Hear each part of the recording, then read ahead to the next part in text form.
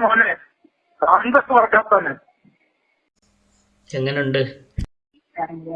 Hello അസ്സലാമു അലൈക്കും.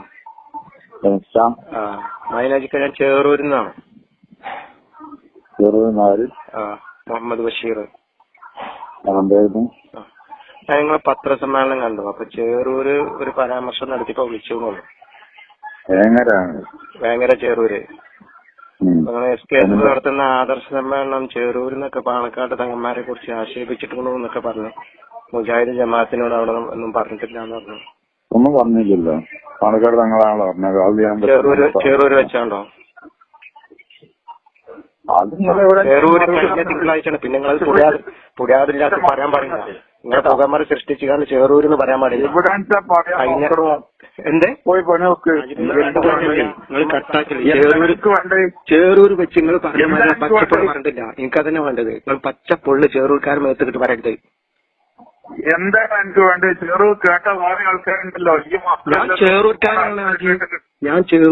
ചേറൂർക്കാരനായിട്ട് ഈ കേട്ടില്ലല്ലോ. ഈ കേട്ടില്ലേ? കേൾക്കണ്ട. കേട്ട ഒരുപാട് ആൾക്കാരുണ്ട്. നിങ്ങളിവിടെ നീനാ ഒരുപാട് ആൾക്കാരുണ്ട്.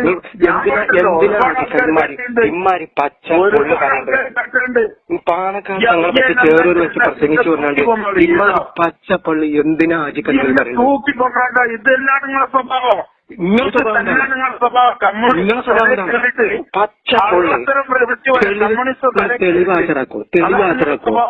തെളിവാചരാക്കോ.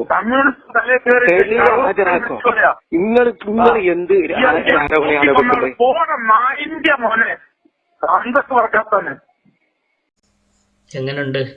ഇയാളാണ് സമസ്തന്റെ ആദർശം സംരക്ഷിക്കാൻ വന്ന മഹാനായ വ്യക്തിത്വം.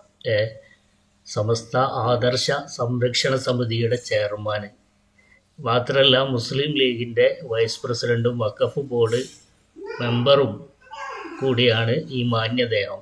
ഇദ്ദേഹത്തിൻ്റെ രാത്രിയിലെ സംസ്കാരവും പകലിലെ സംസ്കാരവുമാണ് നമ്മൾ ഇന്ന് ഒറ്റ ദിവസം കണ്ടത്. ഹുസ്ന പരിശുദ്ധ ഖുർആനിൻ്റെ ഒരു വചനമാണത്. സൂറത്തുൽ ബഖറയിലുള്ളതാണ്. വഖൂലു ലിന്നാസി ഹുസ്ന, നിങ്ങൾ നന്മയുടെ കാര്യങ്ങൾ പറയുക എന്നുള്ളതാണ്.